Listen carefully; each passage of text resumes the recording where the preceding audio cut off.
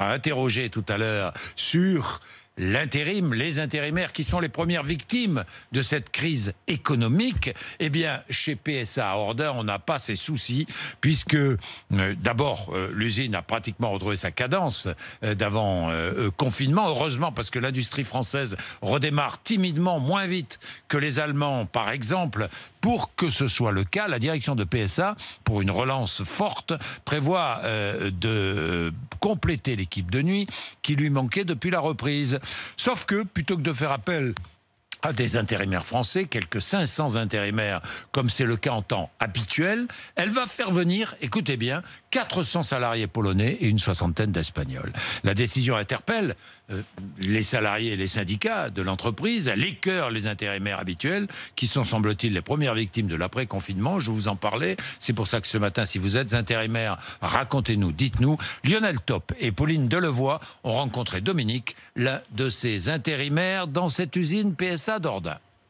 Dégoûté, oui. Énervé, oui. De la frustration et de la colère. Dominique est intérimaire depuis 3 ans pour PSA. Jusqu'au 17 mars, il était affecté à l'équipe de nuit, celle justement pour laquelle des salariés polonais ont été appelés en renfort. Là, quand on voit qu'ils vont faire venir 400 Polonais et combler avec des Espagnols, on dit que le patron fait ce qu'il veut, en fait. Mon quotidien, c'est garder les enfants, du coup, en attendant la reprise du boulot. Là, je suis député. Moi, j'ai un loyer de 650 € à payer tous les mois. Comment je fais ? En tant qu'intérimaire français, je trouve qu'on nous aide pas. Cette nouvelle organisation chez PSA à l'échelle européenne inquiète les syndicats.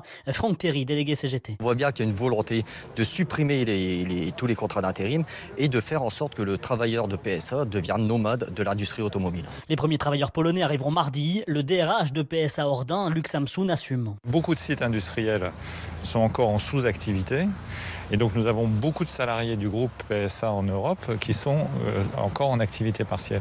Donc la priorité, elle est de donner aux salariés du groupe, dans un esprit de solidarité, de l'activité. Mais la solidarité ne vaut pas dans le bassin d'emploi. Non, pas dans l'immédiat.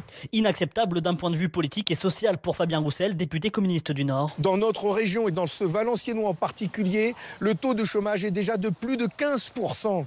C'est purement honteux.